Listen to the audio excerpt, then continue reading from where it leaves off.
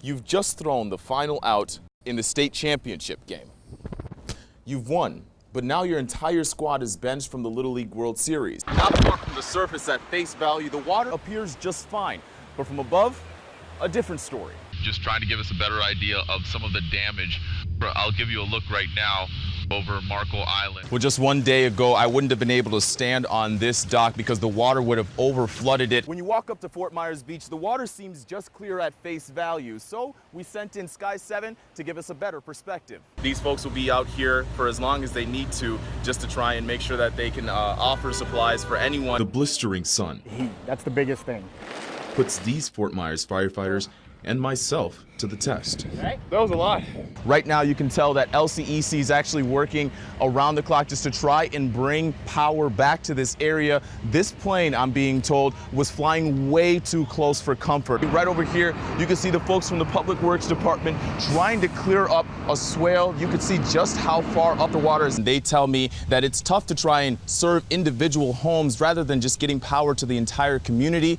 But this homeowner says this right here is a safety issue that should take priority. This man, Esteban Santiago, was able to pick up a weapon, fire into a crowd of people, and kill 5 people and injure countless others. Some 200 parents made their way here to pick up their kids. It was an exhausting day, but many of these parents I talked to say they actually live in this direction. So now the question becomes if they will be evacuated. Our residents deserve better. That's a direct quote from the mayor of Bonita Springs, and that's for people just like the folks here on Oak Lane who do not have power at this time. How do you address some of those issues where people say the integrity of the officers at Fort Myers Police Department is just not where it needs to be?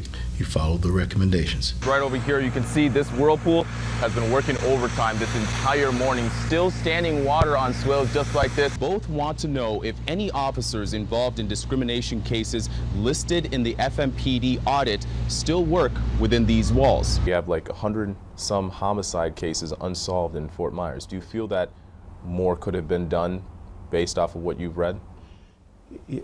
Yes, sir, is the answer. I want to give you an example of the extent of the water rationing out here. This sprinkler system is the main line for this tree to try and make sure it sprinkles just enough water to keep it around. But of course, that means having to figure out how to keep all of these different trees, these miles and miles of property watered.